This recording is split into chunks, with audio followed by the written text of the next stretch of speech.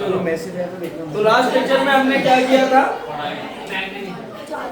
Magnetic force F is equal to q v cross B. V और C path कैसे बनाएंगे, helical path, ये सब किया था ना हमने। आज हम एक नया फोर्स पढ़ने वाले हैं जिसको हम नाम देते हैं लॉरेंज फोर्स।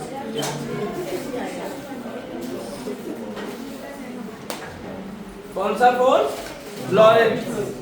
लॉरेंज फोर्स क्या कहता है कि अगर कोई एक चार्ज पार्टिकल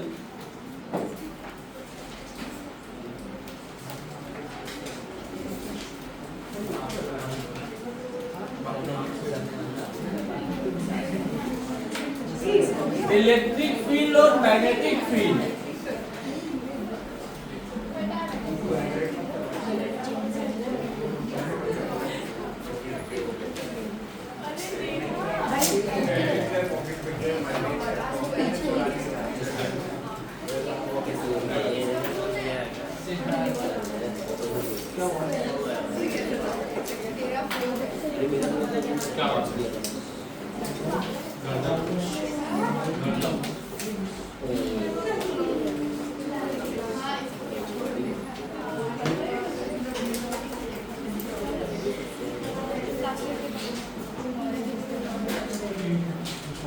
लॉरेंज फोर्स क्या कहता है कि अगर कोई चार्ज पार्टिकल इलेक्ट्रिक फील्ड और मैग्नेटिक फील्ड दोनों में रख दिया गया है।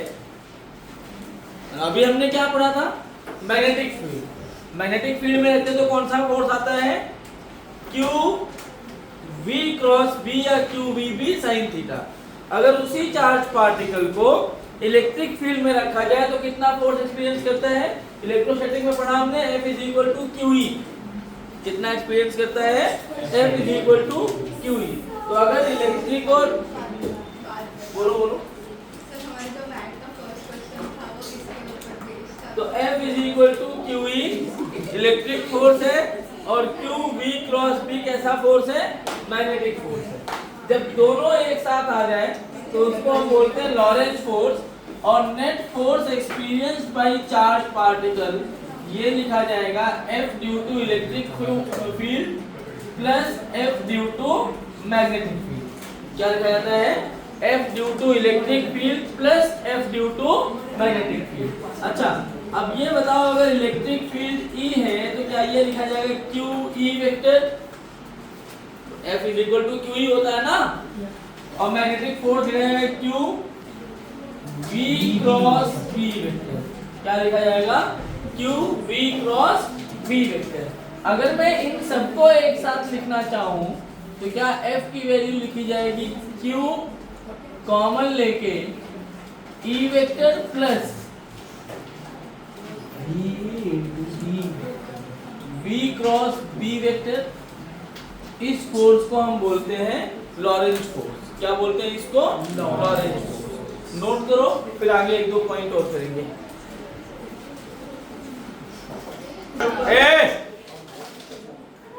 जब लॉरेंज फोर्स कब यूज होता है? फोर्स है जब उसमें इलेक्ट्रिक फील्ड और मैग्नेटिक फील्ड दोनों हो तो हम लॉरेंज फोर्स को यूज करते हैं ना। अब अगर मान लो मैं लॉरेंज फोर्स को यूज करके इसका इस्तेमाल कहाँ करते हैं? जैसे एक वेलोसिटी है, मतलब एक बीम है, उस बीम से मल्टीपल चार्ज पार्टिकल्स निकल रहे हैं तो उनकी क्या वेलोसिटी होगी, वो वेलोसिटी बताने के लिए हम किसको यूज करते हैं? लॉरेंज फोर्स को। कैसे इस्तेमाल करेंगे ध्यान से देखो। मान लो ऐसे बहुत सारा मैग्नेटिक फील्ड है, इस तरीके से बहुत सारा मैग्नेटिक फील्ड B, और इस मैग्नेटिक फील्ड के ऐसे कॉर्नर पे ना मैंने दो रॉड रख दिए। यहाँ सोचो एक प्लेट है, इस प्लेट को मैग्नेटिक फील्ड में रख दिया गया है। अगर प्लेट है तो उसके एक साइड में कौन सा चार्ज रहेगा? पॉजिटिव। और दूसरे साइड में कौन सा चार्ज रखा है?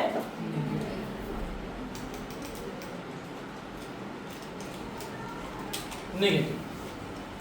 अच्छा, इस तरह से अगर पॉजिटिव और नेगेटिव चार्ज रखा गया है तो इसमें जो इलेक्ट्रिक फील्ड की डायरेक्शन होगी क्या वो ये रहने वाली है? Electric field lines originates from positive charge and terminates at negative charge. और इन्फिनिटी, लेकिन अभी हमें पॉजिटिव नेगेटिव दिया है तो प्लस से माइनस की तरफ, मतलब ये डायरेक्शन किसके लिए हो गया, इलेक्ट्रिक फील्ड के लिए, और ये डायरेक्शन किसके लिए है, मैग्नेटिक फील्ड के लिए। तो एक इलेक्ट्रिक फील्ड और एक मैग्नेटिक फील्ड। क्या इतनी बात समझ में आई है? एक इलेक्ट्रिक फील्ड हुआ और एक मैग्नेटिक फील्ड। अब समझो ध्यान से, मान लो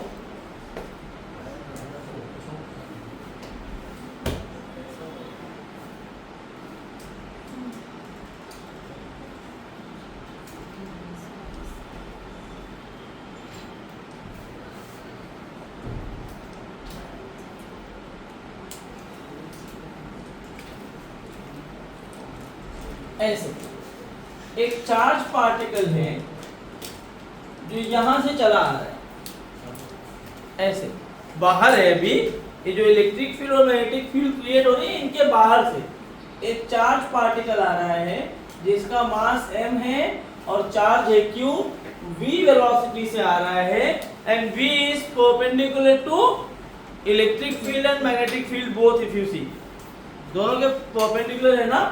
अब ये इस पाथ पे ऐसे आगे जा रहा होगा, वेलोसिटी सेलेक्टर का मतलब इसका रियल यूज कहाँ है पता है? जैसे वो स्कैटरिंग पढ़ा होगा ना, alpha scattering of particle structure of atom में, कुछ ऐसे सीधा निकल जाते हैं, कुछ टेढ़े हो जाते हैं, कुछ मेढ़े हो जाते हैं, वो न्यूक्लियस होता है बीच में, वो तो पढ़ा होगा ना, हैवी पार्टिकल है, कुछ सीधे निकल गए मतलब उसमें एक जगह भी है, वो इसी के इसको यूज करते हैं लॉरेंज फोर्स को उसमें, क्योंकि जो पार्टिकल्स भेज रहे हो अल्फा पार्टिकल एक चार्ज पार्टिकल ही है, और जहां पे तुम फेंक रहे हो स्कैटरिंग करवा रहे हो जो गोल्ड फॉइल प्लेट जो भी होता है वो भी तो एक मेटल ही है ना, इट्स अ कंडक्टर, तो उसके पास चार्ज भी है और मैग्नेटिक फील्ड भी है, ठीक है।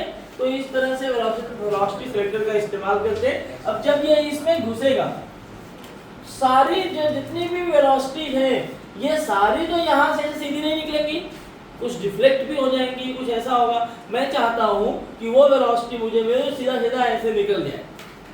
अगर ऐसे निकल रहा है मतलब इस पे नेट फोर्स कितना होना चाहिए, 0।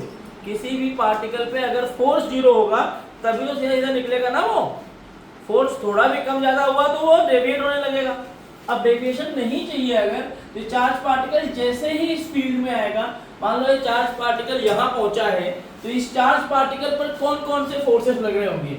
एक तो इलेक्ट्रिक फोर्स लग रहा होगा ड्यू टू इलेक्ट्रिक फील्ड, और दूसरा मैग्नेटिक फोर्स लग रहा होगा ड्यू टू मैग्नेटिक फील्ड। अच्छा जा तो इधर रहा है अभी, इलेक्ट्रिक फील्ड की वजह से जो फोर्स आएगा, क्योंकि ये पॉजिटिव चार्ज है तो उसको कौन अट्रैक्ट करेगा अपनी तरफ, नेगेटिव चार्ज, तो नेगेटिव की तरफ खींचेगा इसको, बताओ अपनी तरफ मतलब ऐसे नीचे। ये किसकी वैल्यू हो गई, इलेक्ट्रिक फोर्स की, किसकी वैल्यू हो गई है, नीचे। अच्छा अब मुझे बताओ मैग्नेटिक फोर्स की क्या वैल्यू होगी, V क्रॉस B, क्या ऊपर आ गया, V इधर है, B ऐसे अंदर है, V क्रॉस B क्या ऊपर की तरफ आया, क्या ये डायरेक्शन इसके ऊपर आ गई मैग्नेटिक फोर्स की, बोलो हाँ, पक्का ना। तो यहाँ पे इफ, अब मुझे क्या चाहिए, मुझे मैंने क्या बोला, इस चार्ज पार्टिकल में डिफ्लेक्शन नहीं होना चाहिए। इमेजिन करो अगर ये FM ज्यादा हो जाए तो क्या होगा, क्या ऐसे जा रहा होगा, ऐसे ऐसे ऐसे ऐसे ऊपर की तरफ जाना पसंद करेगा वो, और अगर QE ज्यादा हो गया तो क्या वो नीचे की तरफ आना पसंद करेगा। हालांकि ऐसे चार्ज वायर में मैग्नेटिक फील्ड ज्यादा होती है, लेकिन मैं बता रहा हूँ कि अगर दोनों सेम हुआ तो क्या होगा, भाई ये तो मेरे ऊपर है ना, मैं कितना चार्ज इसको दूंगी, मेरा इलेक्ट्रिक फील्ड कितना स्ट्रॉन्ग क्रिएट हो, और उसी प्रोपोर्शन में मैग्नेटिक फील्ड को कम करके मैं दोनों को इक्वल तो कर सकता हूँ। If charge particle is moving undeflected, बिना डिफ्लेक्शन के अगर चार्ज पार्टिकल मूव कर रहा है तो क्या होगा, देन ये तभी पॉसिबल है जब FM किसके बराबर हो जाए, FE के, तभी तो ये पॉसिबल है ना। और FM की वैल्यू क्या होती है, Q V क्रॉस B, और ये क्या होता है, Q। सही बात है। चलो अब अगर मैं यहां ध्यान से देखूं तो Q V और B के बीच में कितना एंगल है,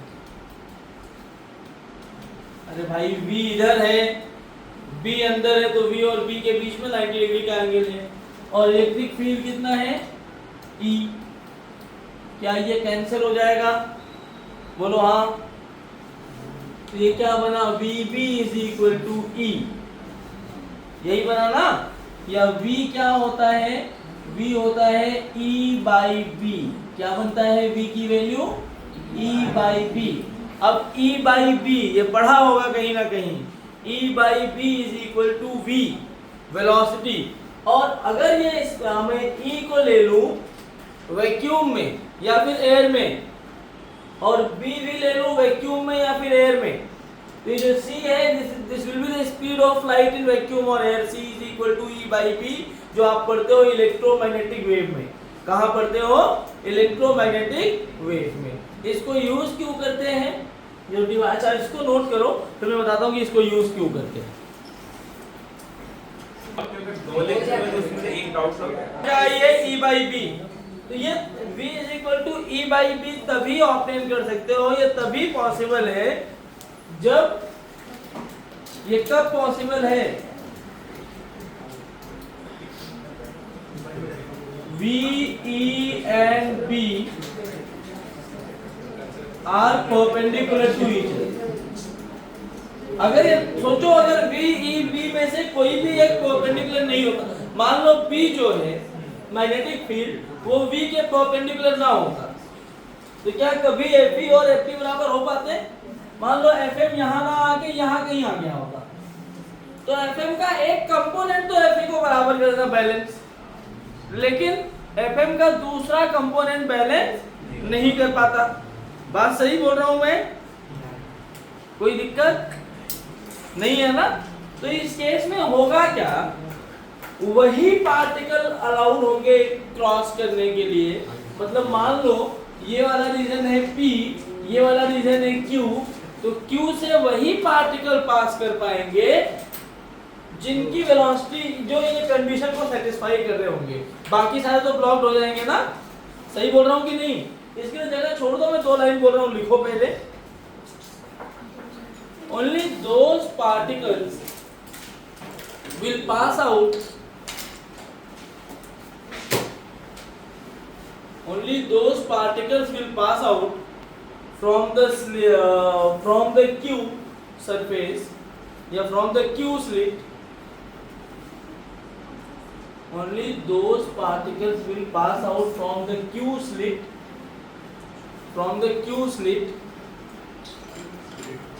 which satisfy the above relation, which satisfy the above relation, which satisfy the above relation। जो ये रिलेशन को सेटिस्फाई करेंगे वही बाहर निकल पाएंगे, बाकी बाहर नहीं निकल पाएंगे। लिखा? This device is used to select charged particle of a particular speed. This device is used to select charged particle of a particular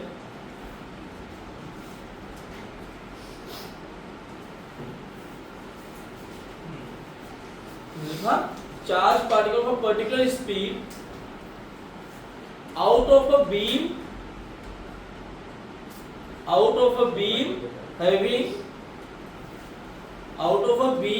having particles which move at different speeds, having particles which moves at different speed।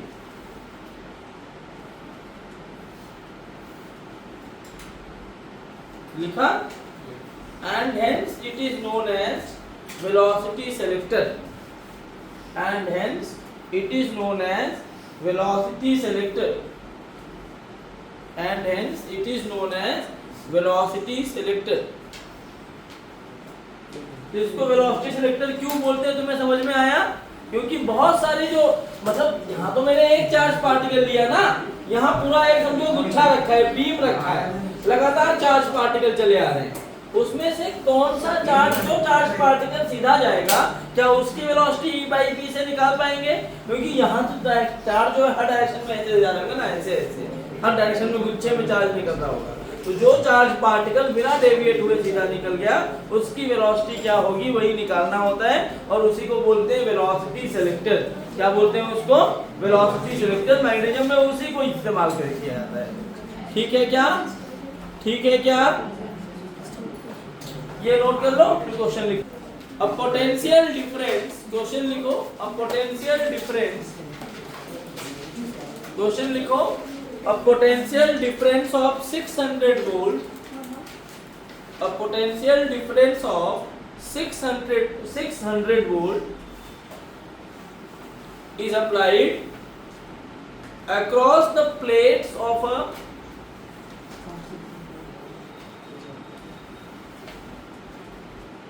a potential of 600 volt is applied across the plates of a parallel plate condenser, across the, क्या बोला मैंने? across the plates of parallel plate condenser, parallel plate condenser, इसको बोलते हैं parallel plate capacitor भी बोलते हैं, parallel plate condenser. The separation between the plates, the separation between the plates, the separation between the plates is 3 mm. The separation between the plates is 3 mm. Full stop. An electron projected vertically, an electron projected vertically parallel to the plates, an electron projected vertically parallel to the plates with a velocity of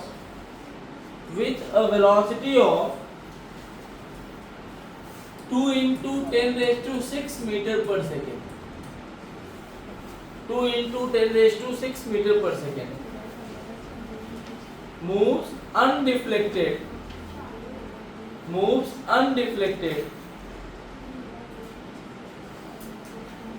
between the plates, मतलब बिल्कुल selector जैसा ही हो गया, moves undeflected between the plates. Find out the magnitude and direction. Find out the magnitude and direction. Find out the magnitude and direction of magnetic field. Find out the magnitude and direction of magnetic field in the region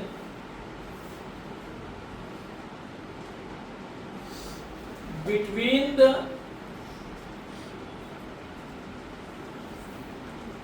plates.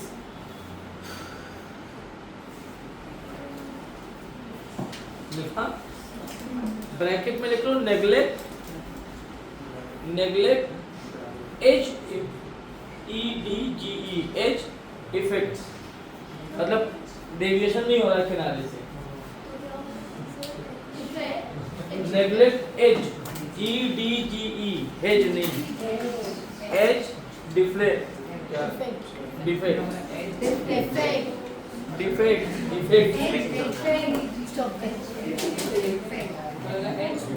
Neglect H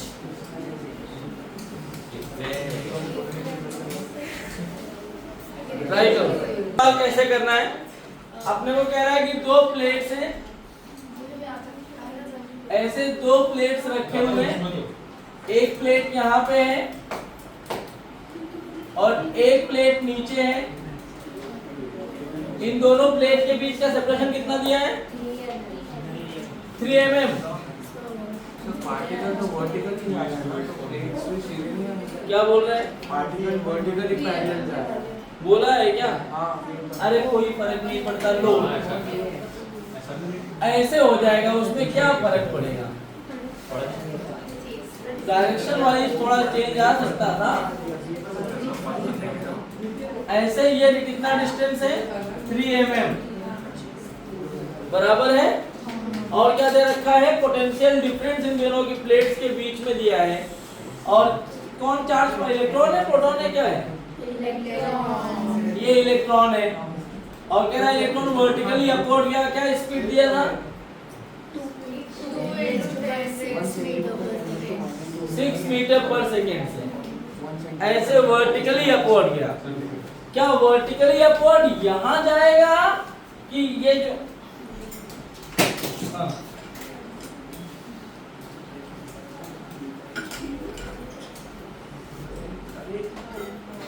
इसको मैं ऊपर लिखता हूं,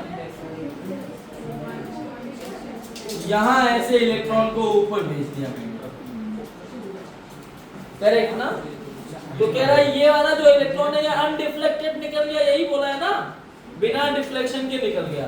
अगर ये बिना deflection के निकल गया तो अभी जो हमने पढ़ा है फ्रॉम वेलोसिटी सेलेक्टर,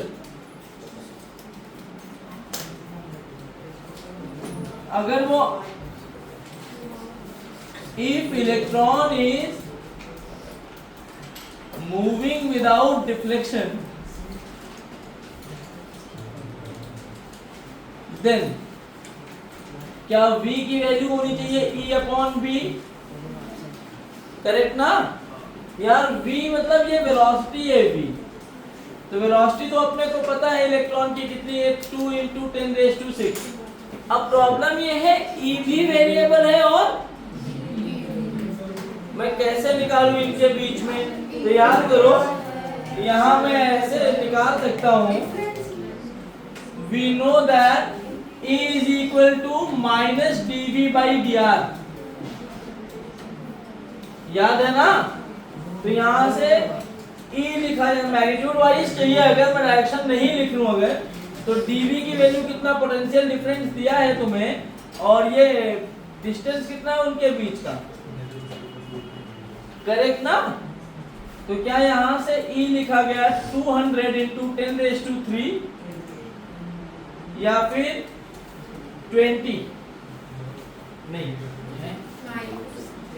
2 × 10⁵ न्यूटन पर कूलम। तो यहां रख दो 2 × 10⁵ अपॉन b, 2 ने 2 को कैंसिल कर दिया, b की वैल्यू 10⁵ अपॉन 10⁶, b आएगा -10⁻⁻1 या 0.1 टकला,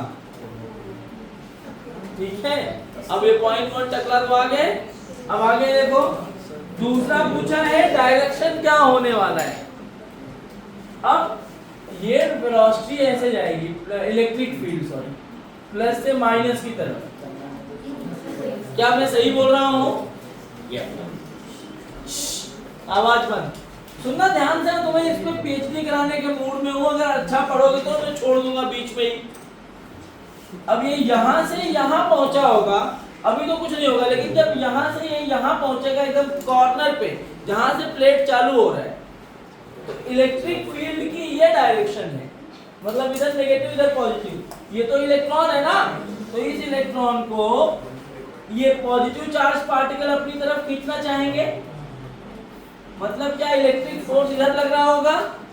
बच्चों अगर ये इलेक्ट्रिक फोर्स इस डायरेक्शन में रख रहा है और इसको अनडिफ्लेक्टेड मूव करना है, ऐसे टर्न नहीं लेना है, सीधा जाना है।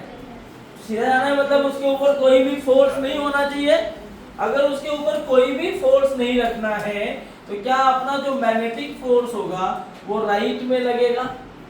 अगर मैग्नेटिक फोर्स राइट में लग रहा है, डायरेक्शन पूछा ना कि इसका मैग्नेटिक फील्ड क्या पूछा है, मैग्नेटिक फील्ड डायरेक्शन पूछा है, तो मैग्नेटिक फील्ड डायरेक्शन क्या हो जाएगी, एफएम इधर आना चाहिए राइट में।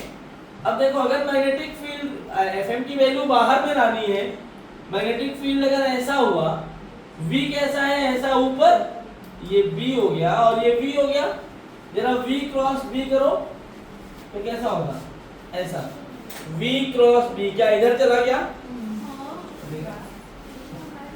V इधर क्या होता है, V क्रॉस B होता है ना, क्या FM इधर आ जाएगा? अरे V B बाहर, क्या राइट में आया V क्रॉस B? अरे मैग्नेटिक फोर्स क्या होता है? Q V cross B। क्या V इधर है, B बाहर है, तभी ये इधर आएगा। मतलब इसकी डायरेक्शन किधर आ गई? आउटवर्ड्स होनी चाहिए। किधर होनी चाहिए? समझ में आया क्या?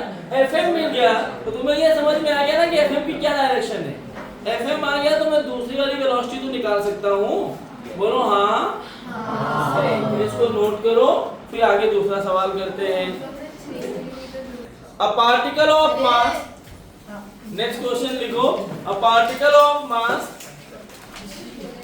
a particle of mass 1 into 10 raised to minus 26 kg, a particle of mass 1 into 10 raised to minus 26 kg, 1 into 10 raised to minus 26 kg and charge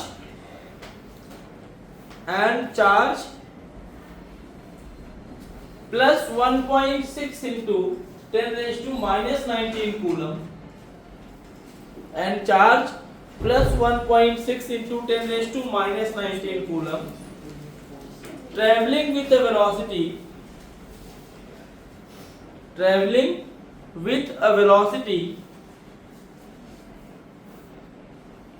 1.28 into 10 raised to 6 meter per second. Traveling with a velocity 1.28 into 10 raised to 6 meter per second. लिखा? In the positive x direction. In the positive x direction, enters a region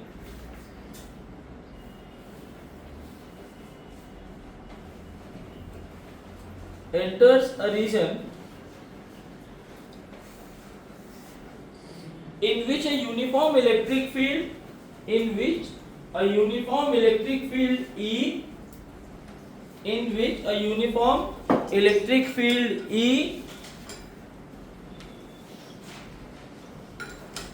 uniform magnetic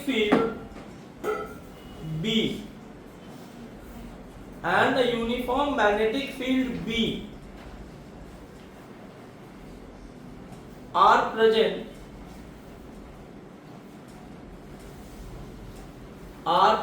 such that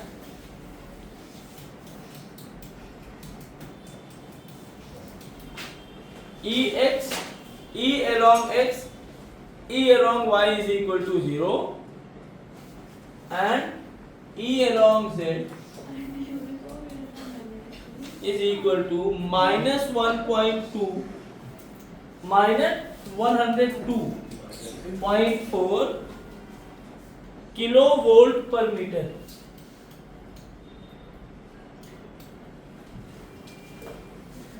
मतलब z axis में electric field है, वो minus z axis में, वही कहना चाह रहे हैं। And Vx is equal to Vz is equal to 0 और Vy दिया है 8 into 10 raised to minus 2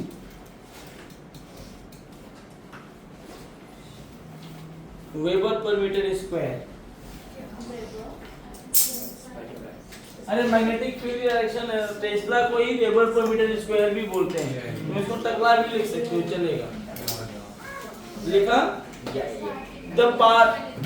लिखा इतना the particle enters this region at the origin.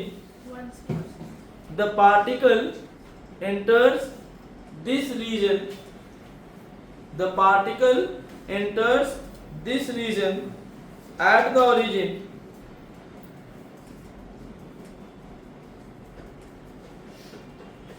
At the origin at time t is equal to 0. At time t is equal to 0. लिखा? Determine the location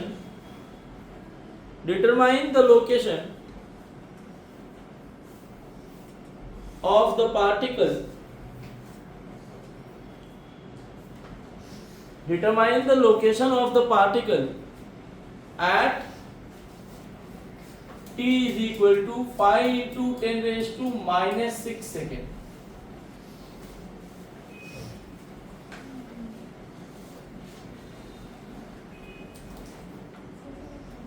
लिखा? अब दूसरा सवाल भी इसी में लिख लो. If the electric field is switched off, if the electric field is switched off, if the electric field is switched off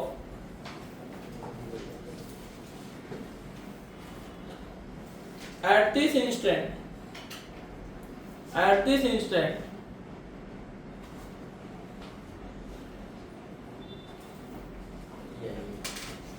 what will be the position of particle at t is equal to 7.45 into 10 raised to minus 6 second. दो सवाल है. What will be the position of particle at this time? ये लिखा है 7.45 into 10 raised to minus 6. बच्चों इस सवाल में सही करो या गलत करो, आप ट्राई जरूर करना. मैं बहुत डिसअपॉइंटेड हूँ, आप ट्राई नहीं करते, आप सो जाते हैं क्लास में क्वेश्चन देने के बाद. ऐसा होगा तो फिर मजा नहीं आएगा, फिर मैं पढ़ा के खत्म कर दूंगा question. Electric field Z axis में दिया है -102.4, मतलब जो इलेक्ट्रिक फील्ड वेक्टर है this is 102.4 into 10 raised to 3 volt पर मीटर या के का वोल्ट पर मीटर. ये इलेक्ट्रिक फील्ड हो गया. और मैग्नेटिक फील्ड B कितना दिया है अपने को? Y में दिया है 8 into 10 raised to minus 2, 8 into 10 raised to minus 2 J का, यही दिया हुआ है. और क्या दे रहा है अपने को? कुछ और दिया है. चार्ज पार्टिकल का भी दिया ना. पार्टिकल का चार्ज कितना है? 1.6 into 10 raised to minus 19 plus में दिया हुआ है. इसका मतलब है ये चार्ज पार्टिकल कैसा है? ये पॉजिटिव चार्ज पार्टिकल है. और इसका मास भी दिया है. कितना है? kg. और तुमसे पोजीशन पूछा है at 5 into 10 raised to minus 6 second. ठीक है ना? इसकी वेलोसिटी भी दी है. कितनी है वेलोसिटी? बोलो.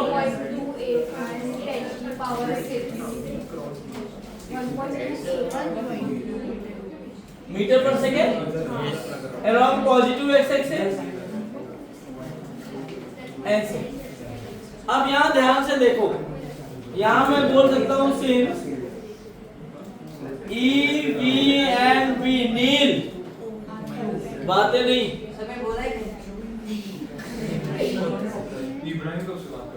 अर्थ.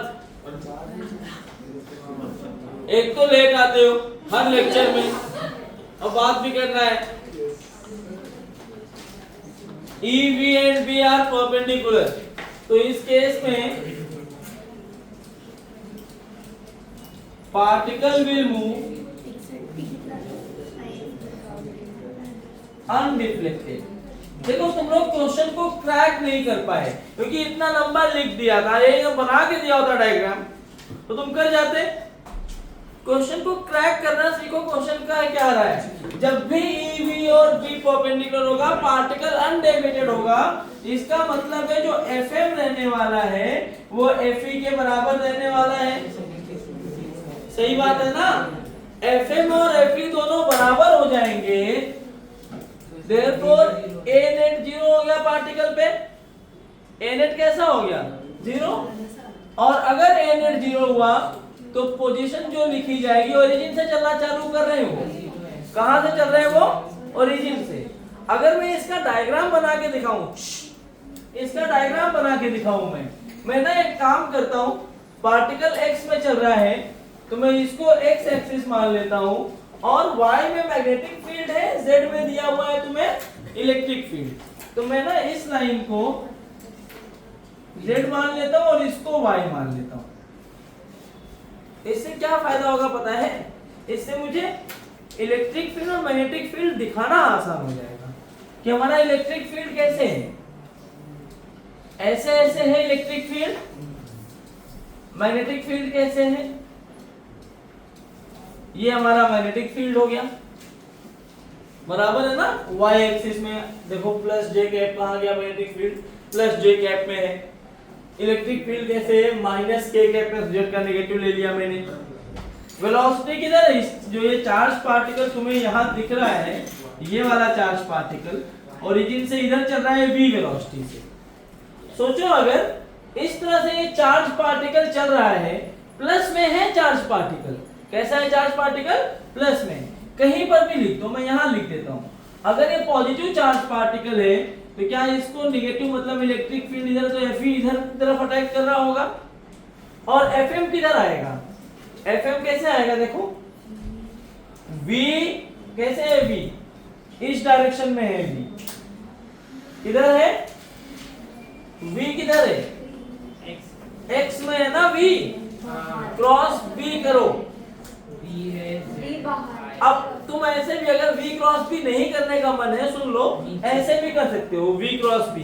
कैसे देखो, V किधर है, I कैप में, B किधर है, V क्रॉस B करोगे मतलब I क्रॉस J होना चाहिए। I क्रॉस J क्या होता है, plus K cap. I cross K क्या होता है, प्लस J कैप होता है ना, I क्रॉस J। तो ये प्लस K कैप का मतलब ये इधर लगेगा फोर्स Fm, तभी तो अनडिवाइडेड होगा। तो कहीं गलती कर रहे हो ना तुम लोगों ने। क्या किया,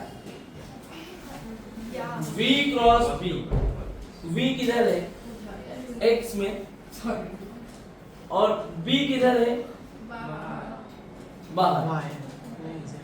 हमने कुछ गलत लिखा क्या था, पॉजिटिव चार्ज है ना, इसको नेगेटिव की तरफ खींचेगा। I क्रॉस J तो K आ रहा है, तो इसको भी I क्रॉस J करके K ही लाना पड़ेगा तुम्हें। J कैप में अगर मैं नॉर्मल रूट पे देखूं ये वाले पे, तो इस पे देख लो ना, V क्रॉस B इधर आया। एक्चुअली ये ओरिएंटेशन अलग हुआ है, इसलिए तुम्हें दिक्कत हो रही है। चाहिए तो तुम इसको अलग से यहाँ बना के देख लो। ये है V और B कैसे लिया मैंने, J कैप में, मतलब ऐसे बाहर। ठीक है ना,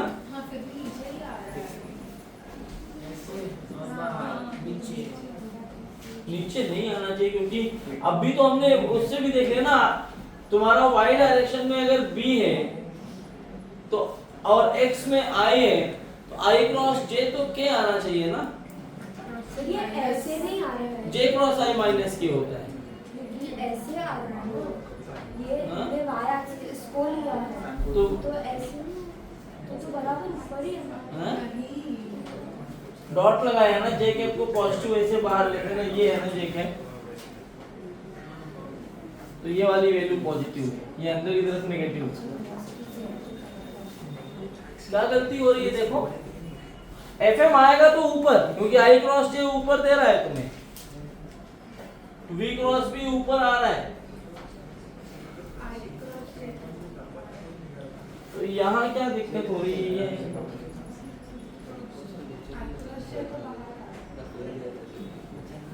ये ऐसे अंदर की तरफ होने पे हो रहा है। I क्रॉस J बाहर आ रहा है ना, इसको छोड़ दो, मैं अगले लेक्चर में देखता हूँ इसमें क्या है।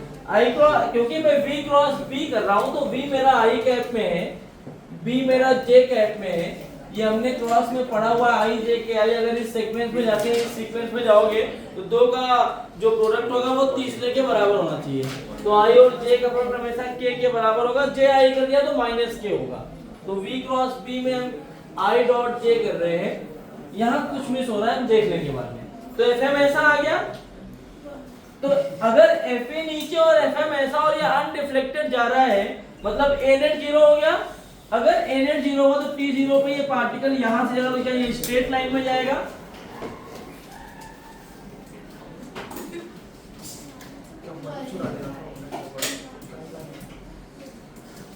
स्ट्रेट लाइन में मूव किया और स्ट्रेट लाइन में मूव किया, a 0 है तो distance is equal to speed into time. Speed कितना है 1.28 इनटू 10⁻⁶, टाइम कितना है 5 इनटू 10⁻⁻⁶।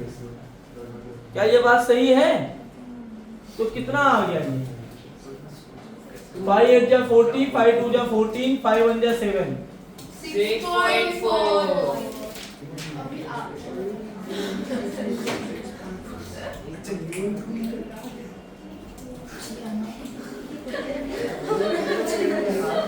मतलब उसका पोजीशन लिखना है तो क्या आया पोजीशन पहले का आंसर? फर्स्ट आंसर इज 6.4, 0,0 मीटर। क्या आएगा 6.4, 0,0 मीटर। क्या ये टफ था क्या? तुम्हें समझ ही नहीं आया कि पूछा क्या है वो? सेकेंड क्वेश्चन में जब वो 6.4 मीटर पर है उस टाइम पे इलेक्ट्रिक फील्ड बंद कर दिया, तब कौन सा फील्ड बचा? मैग्नेटिक फील्ड जो वाई डायरेक्शन में है, मतलब इसका फोर्स तो जेड में आएगा।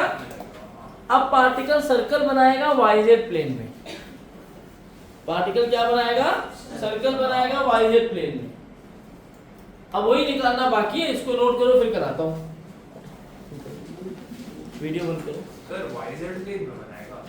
तो हमने क्या देखा कि ओरिजिन से चला वो यहां कहीं पे ओरिजिन रहा होगा। जब वो 6.4, 0,0 मीटर पे है, यहां तक इलेक्ट्रिक फील्ड भी है और मैग्नेटिक फील्ड भी है। सही बात है ना? यहां तक कौन कौन है? इलेक्ट्रिक और मैग्नेटिक। ये हमने एक्स मान रखा है, देखो पीछे वाले डायग्राम में इसको जेड और बाहर वाला सब जो है वाई, मतलब ये वाली एक्सिस को हमने जेड माना है। सही बात है? इसके बाद ना इस साइड में इधर इलेक्ट्रिक फील्ड भी है और मैग्नेटिक फील्ड भी है, दोनों। इधर क्या हो रहा है? इलेक्ट्रिक फील्ड 0 होगी, स्विच ऑफ कर दिया ना राइट साइड में पूरा, लेकिन मैग्नेटिक फील्ड 0 नहीं है। और इस पॉइंट तक, till this point the velocity of particle is along x. ऐसे ही तो है ना? लेकिन अभी यहां देखो ध्यान से, मैग्नेटिक फील्ड किधर था? कहां गया? मैग्नेटिक फील्ड किस डायरेक्शन में है? वाई एक्सिस में है ना, पॉजिटिव वाई में है ना मैग्नेटिक फील्ड। तो यहाँ पे मैग्नेटिक फील्ड ऐसे पॉजिटिव वाई में है, तो यहाँ मैं ऐसे लिख सकता हूँ। अब ये वाला सवाल बन गया, मैग्नेटिक फील्ड जब V और B परपेंडिकुलर होते हैं तो वो सर्कल बनाता है, पढ़ा है ना? Since V is perpendicular to B,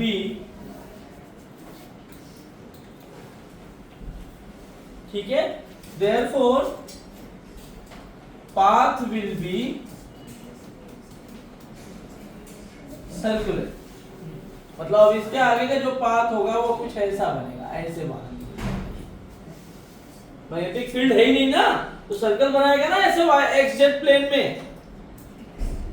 electric field नहीं है तो मैग्नेटिक फील्ड है ना, तो मैग्नेटिक एक्सिस पे मैग्नेटिक तो फोर्स किधर आएगा?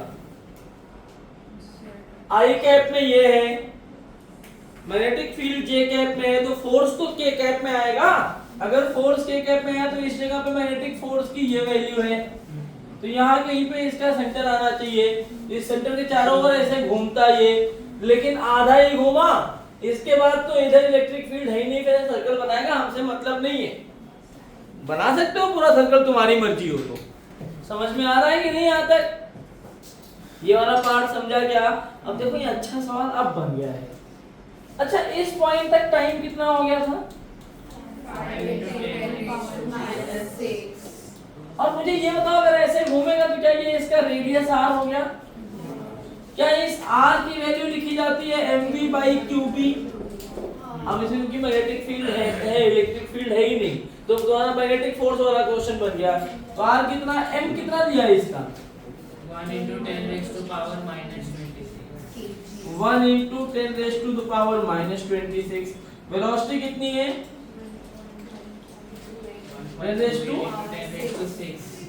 6 ना, Q कितना है 1.6 10 रेज़ टू माइनस 19 और B कितना है 8 इंटू 10 रेज़ टू माइनस 2। सही है ना? देखो कुछ कर रहे हैं 16 7 जा मतलब ये इससे कट के 0.7 हो गया। ठीक है, तो आगे जब इसको सॉल्व करेंगे तो R लिखा जाएगा 27 26 माइनस 9 तो -7, ठीक है ना, और ये ऊपर गया तो प्लस है, तो क्या ये बचा मल्टीप्लाइड बाई 10 0.7 अपॉन 8। R की वैल्यू आ गई 7/8 मीटर। करेक्ट ना? तुम्हें लेकिन चाहिए क्या? पोजीशन चाहिए ना, तो भाई तो आप एंगुलर पोजीशन लेके चलेगा ना यहाँ तक। तो क्या होगा ध्यान से देखो, अगर ये R मिल गया तो ओमेगा निकाल सकते हैं अपन। कैसे? Omega is V by R और V is equal to R omega से। तो V कितना दिया है अपने को, कहाँ चला गया फिर V भूल गया मैं। 1.28 into 10 raised to 6. 1.28 into 10 raised to 6, R आ गया 7/8। 7 से ये मिल जाएगा क्या? 7 1 जा 7 नहीं आ रहा है? नहीं 0.182 आ रहा है, नहीं 182 आ रहा है पक्का? तो 2 8 जा 16, 2 2 जा 4, हाँ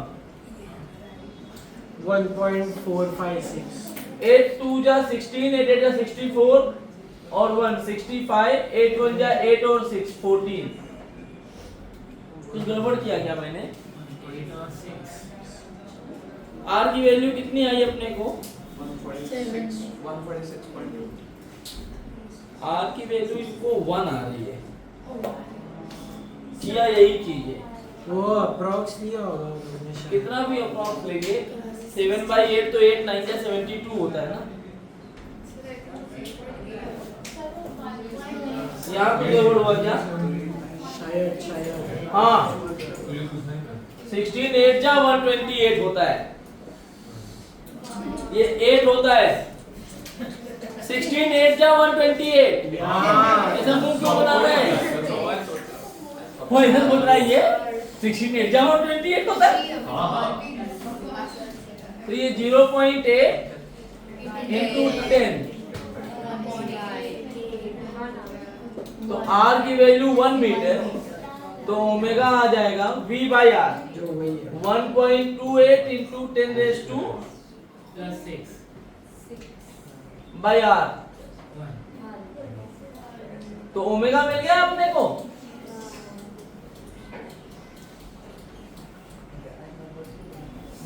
करेक्ट ना? अच्छा 5 into 10 raised to -6 टाइम पे यहाँ है और तुमसे पूछा कितने टाइम में है? नहीं लिखा क्या मैंने? 7.45 into 10 raised to -6। तो यहाँ अगर मैं लिखूं time for which it has magnetic force only, ये क्या होगा 7.45 into 10 raised to -6। ये कितना 2.45 into 10 raised to -6। जो सर्कल में घूम रहा होगा तो सर्कल में घूमने का टाइम कितना है 2.45 into 10 raised to -6। इतने टाइम तक ही घूम रहा है ना सर्कल में वो। बच्चों अगर ये इतने टाइम तक ही सर्कल में घूम रहा है बेचारा, तो इतने टाइम में वो थीटा कितना घूम लेगा? Omega t. हाँ, तो थीटा इन दिस टाइम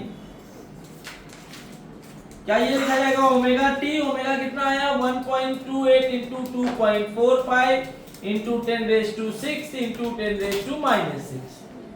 तो ये तो मर गए। 1.28 into 2.45 कितना होता है? देखो मैं कैलकुलेट कर लेता हूँ। तो क्या हो गया? टीचर कैलकुलेटर यूज कर सकते हैं। 3.13 वो लोग नहीं खोलते हैं। This is 3.136. Theta is approximately equal to 3.14. हाँ, मतलब approximately 180 डिग्री। मतलब इसके आगे यहाँ से 180 चला जाएगा तो क्या यहाँ पहुंच जाएगा? ओह, वहां पहुंच गया तो पोजीशन कितना चला? अरे पोजीशन क्या 2r हो गया? देख रहा 2r मतलब क्या? ये 2 मीटर हो गया। तो अब टोटल पोजीशन पूछा है जब मैं 7.45 के बाद, भाई ये इसका ओरिजिन था तो इसका कोऑर्डिनेट क्या है? इसका कोऑर्डिनेट है 6.4, y कोऑर्डिनेट 0 और 2, z कोऑर्डिनेट 2। तो इसका टोटल आंसर क्या है? 6.4, 0, 2 मीटर। ये बहुत अच्छा सवाल था जो लॉरेंस फोर्स और मैग्नेटिक फोर्स दोनों को एक साथ ऐड किया। इसीलिए मैं तुम्हें 500 रुपए देने की बात किया था। कोई 500 रुपए नहीं ले पाया, शायद तुम लोग बातें करते हो। तो अभी ये हमने जो किया वेलोसिटी सेलेक्टर किया, मतलब लॉरेंस फोर्स का पहला एप्लीकेशन क्या था? Velocity selector. दूसरा path of charge particle.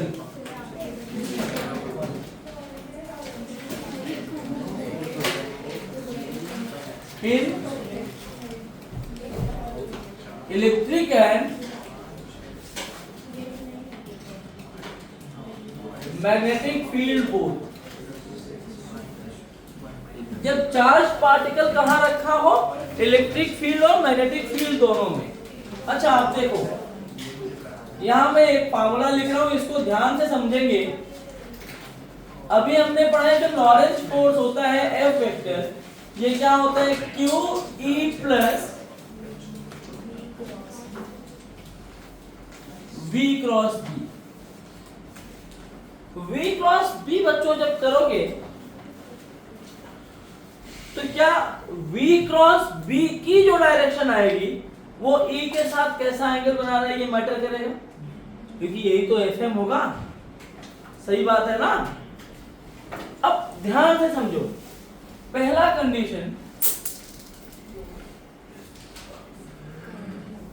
Condition अगर ये बोल दूं कि if electric field is parallel to V is parallel to B,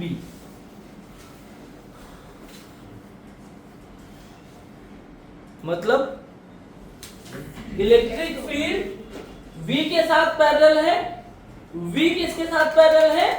B के साथ। इसका मतलब यह है कि यही डायरेक्शन इलेक्ट्रिक फील्ड की भी है, यही डायरेक्शन मैग्नेटिक फील्ड की भी है, और जो चार्ज पार्टिकल है वो भी इधर ही चल रहा है।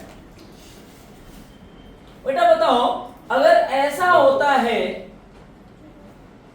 तो इस चार्ज पार्टिकल पर, इसके ऊपर ये चार्ज पार्टिकल पर जो मैग्नेटिक फोर्स लग रहा होगा वो तो जीरो हो जाएगा, क्योंकि V क्रॉस B में V भी साइन 0 डिग्री, मैग्नेटिक फोर्स जीरो हो गया। तो इसके ऊपर फोर्स कौन सा लगेगा?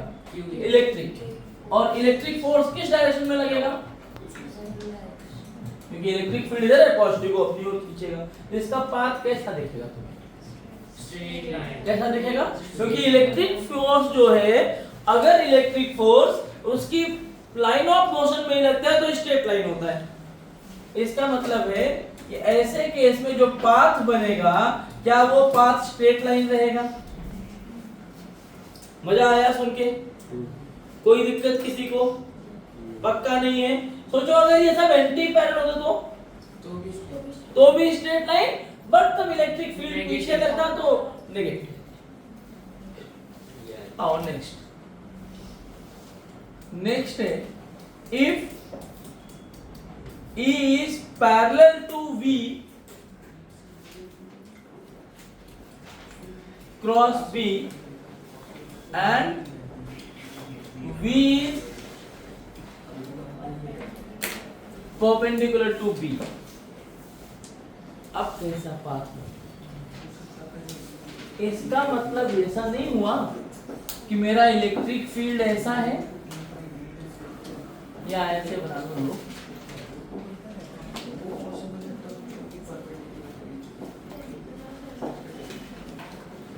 ये मेरा इलेक्ट्रिक फील्ड हो गया और मैं मैग्नेटिक फील्ड ऐसा बना दूं।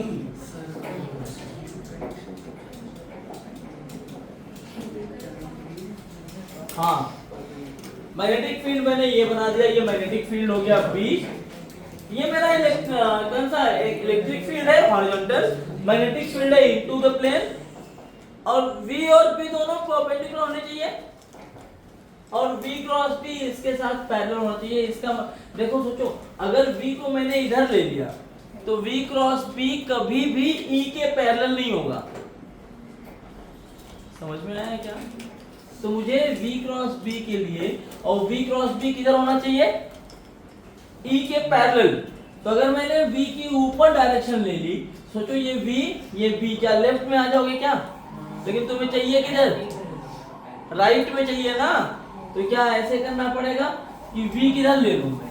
V ऐसे नीचे, B ऐसे, तभी तो आएगा राइट साइड में। देखो V ऐसे, ऐसे V, ये B अंदर है ना, तो V क्रॉस B मतलब मेरा जो चार्ज पार्टिकल है मैं यहाँ ले लेता हूँ। क्या इस चार्ज पार्टिकल को इधर चलाना चाहिए अपने को V वेलोसिटी से, तभी ये कंडीशन सेटिस्फाई हो पाएगा। अब इस चार्ज पार्टिकल पर देखो क्या क्या हो रहा होगा। इस चार्ज पार्टिकल को बेटा अगर ध्यान से देखोगे ना, इस चार्ज पार्टिकल पर V क्रॉस B मतलब Fm इधर लग रहा होगा, और इलेक्ट्रिक फील्ड की वजह से जो फोर्स आ रहा होगा इसके ऊपर Fe वो भी इधर लग रहा होगा। हाँ, सही बात है ना। Fm और Fe दोनों एक ही डायरेक्शन में लग रहे हैं और दोनों V के परपेंडिकुलर है। इसका मतलब ये सर्कुलर पाथ बनाएगा। समझा क्या? कैसा पाथ बनाएगा? और ऐसा सर्कल नहीं बनेगा। ये सर्कल जो बनेगा उसका सेंटर इधर नहीं आएगा। सेंट्रीपिटल फोर्स ये रहा ना ऐसा। समझ में आया क्या पाथ? तो इस केस में कैसा पाथ आया? आई होप ये तुम्हें समझ में आ गया। हेलिकल पाथ नहीं है। तो क्या एक ये ऐसे मल्टीपल चीजें बना सकते हैं। जरा इसको नोट करो, फिर दो और केस है वो करा के क्वेश्चन कराना है, बाकी टाइप खत्म हो गया ये topic. If electric field is perpendicular to B and charge particle is moving parallel to E। Topic समझ में आया? E और B दोनों पैरेलल हैं। आओ, ये हमारा इलेक्ट्रिक फील्ड है, ये इलेक्ट्रिक फील्ड है,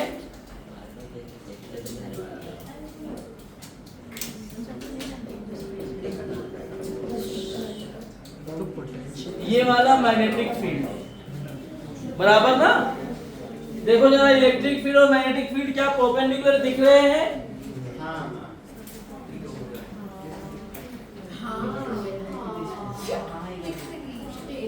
और चार्ज पार्टिकल मेरा यहां है, इसकी वेलोसिटी q है, ये v के पैरेलल जा रहा है। जरा बताओ v क्रॉस b किधर आया? ऊपर। v क्रॉस b किधर आया? ऊपर। क्या ये fm हो गया? अच्छा, क्या यहाँ पे fm जो है V और B परपेंडिकुलर, तो FM ऊपर आया। इसका मतलब ये नहीं कि ये सर्कल बनाना चाहेगा। Due to magnetic force the particle wants to create a circle. क्या मैं सही बोल रहा हूं? लेकिन इसी टाइम पर जो इलेक्ट्रिक फोर्स है वो तो इधर लग रहा होगा, इसके ऊपर Fe। तो ये क्या चाहेगा? आगे ले जाना, स्ट्रेट लाइन बनाना। तो इसका पाथ कुछ ऐसा बन जाएगा। ये वाला पाथ हो गया हेलिकल या हेलिक्स। कैसा पाथ हो जाएगा, हेलिकल या फिर हेलिक्स। तो 4 पॉसिबिलिटी होती है, 3 ये और चौथा वो जो वेलोसिटी सिलेक्टर में पड़ा वो। तो ये 4 केस अनडेविएशन वाला। नोट करो, आप क्वेश्चन करेंगे। क्वेश्चन लिखो, a particle of mass m and charge q, a particle of mass m and charge q is placed या is moving, a particle of mass m and charge q is moving in a region where uniform constant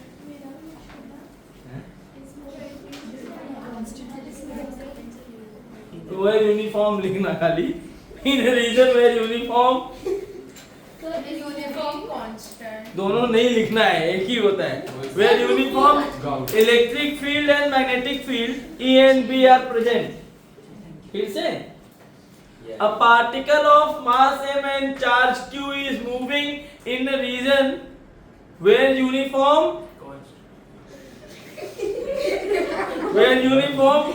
electric and magnetic field E and B are present। where uniform electric and magnetic field E and B are present।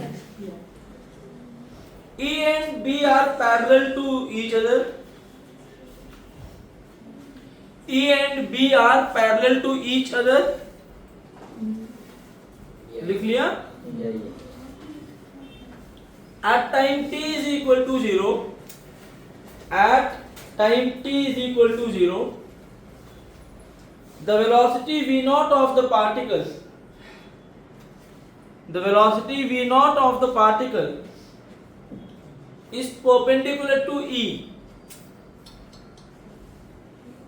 The velocity v naught of the particle is perpendicular to E। Find the velocity of the particle at time t। Find the velocity of particle at time t। लिखा? Find the velocity of particle at time t। You must answer your, you must express your answer, you must express your answer in terms of, you must express your answer in terms of t, q, m,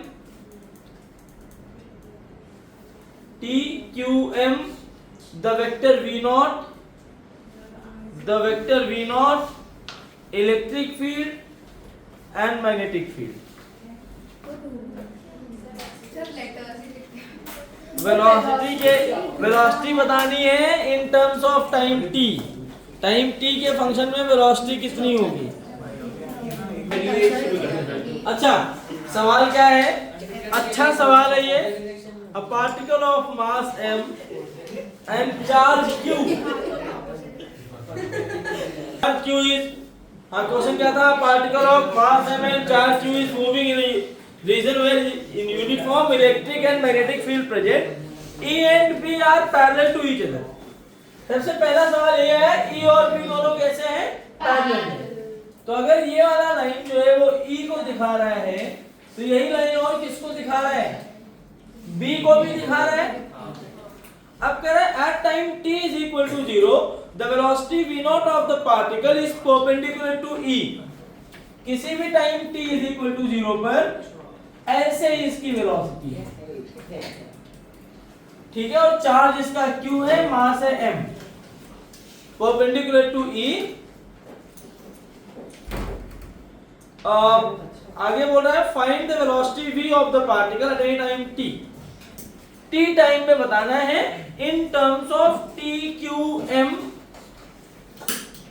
t q m e b और v not. अब जरा ध्यान से सुनो, कैसा path बनेगा। ये particle ऐसे जा रहा है v नॉट से। अब जो ये चार्ज पार्टिकल है, इसमें चार्ज दिया हुआ है q। एक बात बताओ, इस पे जो इलेक्ट्रिक फील्ड लग रहा होगा, क्या वो इधर लग रहा होगा, माइनस वाला इसको खींच रहा है। इस केस में electric field is acting perpendicular to velocity, मतलब electric field tries to keep it in a circle path. बराबर। दूसरा क्या बोल रहा है, इसमें मैग्नेटिक फील्ड भी इधर है, जरा V क्रॉस B करो, V cross B, magnetic force किधर आया, अंदर। इसमें मैग्नेटिक फोर्स भी इसको सर्कल बनाने में हेल्प कर रहा है। ये कौन सा पाथ होता है? कोई अलग से पाथ नहीं है, तो दो सर्कल बन दोनों का रिजल्टेंट सर्कल बने। वो तो बीच में सर्कल बनेगा। अब सोचो ये वाला अगर मैं इसको ऐसे दिखाऊं, ये x है, ये y है, और ये वाली लाइन z को दिखा देते हैं, तो मैग्नेटिक फोर्स की वजह से yz प्लेन में सर्कल बनेगा, इलेक्ट्रिक फील्ड से xy प्लेन में सर्कल बनेगा। भाई y प्लेन में चल रहा है, मैग्नेटिक फोर्स x में है, तो xy में सर्कल बनेगा, और इस जो तुम्हारा मैग्नेटिक फोर्स है उसकी वजह से yz प्लेन में सर्कल बनेगा। टफ सवाल है ये। अब क्या करोगे, हाँ किसी भी टाइम t के बाद पूछा है ना बच्चों, कब पूछा है, किसी भी टाइम t के बाद। एक बात बताओ, मैं इलेक्ट्रिक फील्ड और मैग्नेटिक फील्ड की वजह से अलग अलग लिख दूंगा ना, तो मेरा काम आसान हो जाएगा, हो जाएगा नहीं हो जाएगा। ऐसा सोचो, ये सवाल हमने प्रोजेक्टाइल मोशन में किया है। अभी मैग्नेटिक फील्ड भूल जाओ, तुम इलेक्ट्रिक फील्ड को देखो, जरा इसी पार्ट को ऐसा उल्टा कर दो। ये ऐसे लिख सकते हैं क्या कि यहां से v0 वेलोसिटी से फेंका तो ये ऐसे नीचे आ रहा था, यहाँ पे ग्रेविटी काम कर रहा था, सही बात है।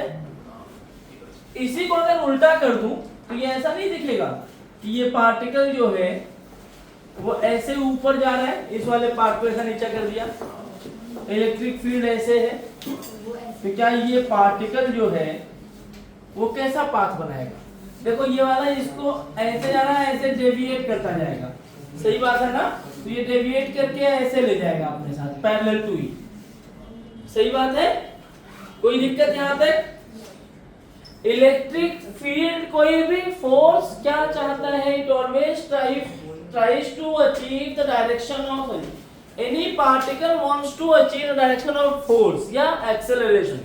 तो acceleration तो इलेक्ट्रिक फोर्स की वजह से इधर है, इलेक्ट्रिक फोर्स की वजह से acceleration इधर है ना, तो एट द एंड ये क्या करेगा, ऐसे इधर पहुंचेगा, ये सर्कुलर पाथ नहीं बना पाएगा। यही बताने के लिए मैंने तुम्हें पहले बोला कि सर्कल बना रहा है। सर्कुलर पाथ में क्या होता है, हमेशा सेंटर की तरफ फोर्स लेना चाहिए ना, QE की डायरेक्शन तो फिक्स्ड है ना भाई, QE तो हमेशा फिक्स्ड रहेगा ना कि इधर ही लग रहा होगा QE, क्योंकि इलेक्ट्रिक फील्ड इधर है। तो ये सर्कल कैसे बना रहा था, ये सर्कल नहीं बनाएगा, यही तुम्हें सीखना है। ये it becomes parallel after some time, it becomes parallel. भाई ऐसे नहीं समझ में आ रहा है क्या, ये पार्टिकल ऐसे गया, इस पे इधर फोर्स लगा, तो क्या ये डेविएट कर दिया, इस पॉइंट पे पहुंचा होगा, अब इसकी वेलोसिटी इधर नहीं होगी, लेकिन अभी भी फोर्स इधर ही लग रहा होगा। अगर ये फोर्स इधर कहीं सेंटर पे आया होता, ऐसे लगा होता ये फोर्स, तो सर्कल बनाता, तो ये इधर ही लगा अभी QE, तो ये क्या किया, इसको फिर डेविएट किया, अभी यहां पहुंच गया, इसको फिर डेविएट किया तो ये यहां पहुंच गया, ऐसे ऐसे ऐसे, और जैसे ही ऐसे यहां पहुंचेगा ये इसकी वेलोसिटी, और QE भी इधर लग रहा होगा, तो भाई अब इसके बाद इट बिकम्स स्ट्रेट लाइन। क्या बन जाएगा, ये स्ट्रेट। समझ में आया क्या, हमें क्या बताना है, हमें बताना है टाइम t पर इसकी वेलोसिटी क्या होगी, यही तो सवाल पूछा है इसमें। तो आओ देखते हैं, बढ़िया सवाल है बेटा, मजा आ जाएगा, मैं तुम्हें पहले बता रहा हूं। वही नहीं आ रहा है ना, मजा है ना, बाकी तो सवाल है तो मजा ही नहीं आ रहा। Velocity at any time t due to electric field. तो बच्चों इलेक्ट्रिक फील्ड की वजह से जो वेलोसिटी आएगी किसी भी टाइम t के बाद, क्या वेक्टर v में लिखूंगा, v0 j कैप, हाँ ना, इंटू टी, या ऐसे लिख दो, मैं ये फॉर्मूला लगा रहा हूं।